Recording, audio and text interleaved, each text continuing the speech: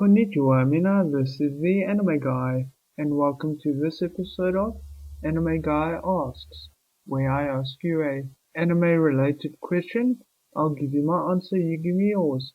Today's question is, what's up with D Frag?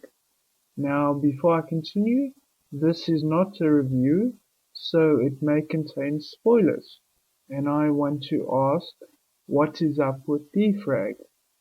Most, if not all the reviews I've seen for D Frag praised this series, saying, "It's so funny, it's so funny.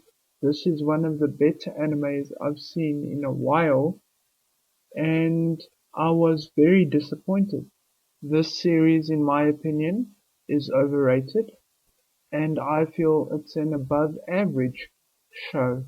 So if I had to rate this series, I would rate it a 6 out of 10.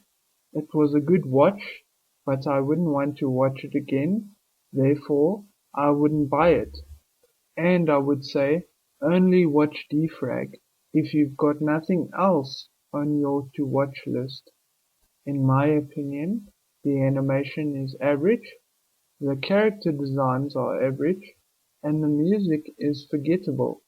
I didn't care for the background music, and I don't care for the opening and ending themes.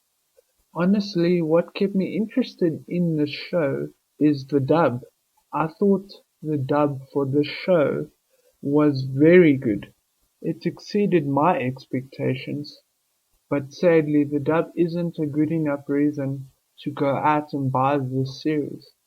My favorite character of this series was the main guy. I think his name was Kenji. You see, if this was a good series, I would have remembered the characters' names. I finished this series yesterday, and I still can't remember their names. What I like about the main guy is that he's not a pervert, because you see too many of those in anime today, or you get the shy, scared character type. "Oh, I'm so scared of bullies. Oh, I'm scared of girls." Oh, and he's not like that. What I also like about him is that, like me, he doesn't fall for the whole moe trap and everything's so kawaii. I thought that was so funny, and I can relate to that, because for me to enjoy a series, you need more than just moe and chibi faces.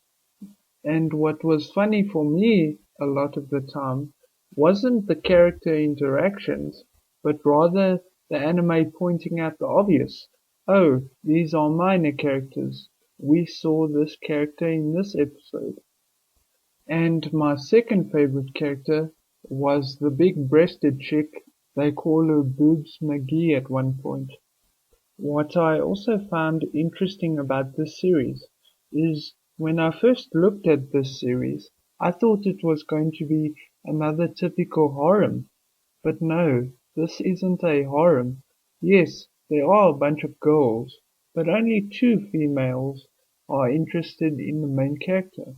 And I thought that was interesting. You don't see that today in a lot of anime. Usually in a lot of anime, all the girls are in love with the main character. But sadly that doesn't go anywhere, because misunderstandings are so much better, right? And getting back to the animation, I was really disappointed by the animation, because this anime came out in 2014, and it was animated by Brainspace. Now, I don't know how to feel about Brainspace.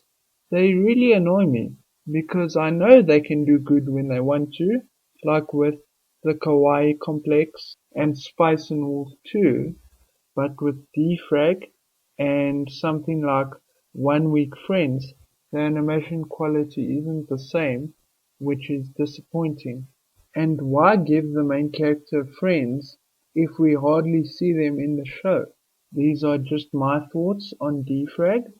Again, in my opinion, an above average show, a good watch, but I wouldn't want to re-watch this series, and I wouldn't buy this series. before I forget, I was surprised by how little fan service there was in this series. I was expecting a lot more. And a lot of anime nowadays like to put in fan service wherever they can, whether it's ecchi or not. Thank you for watching, and until next time,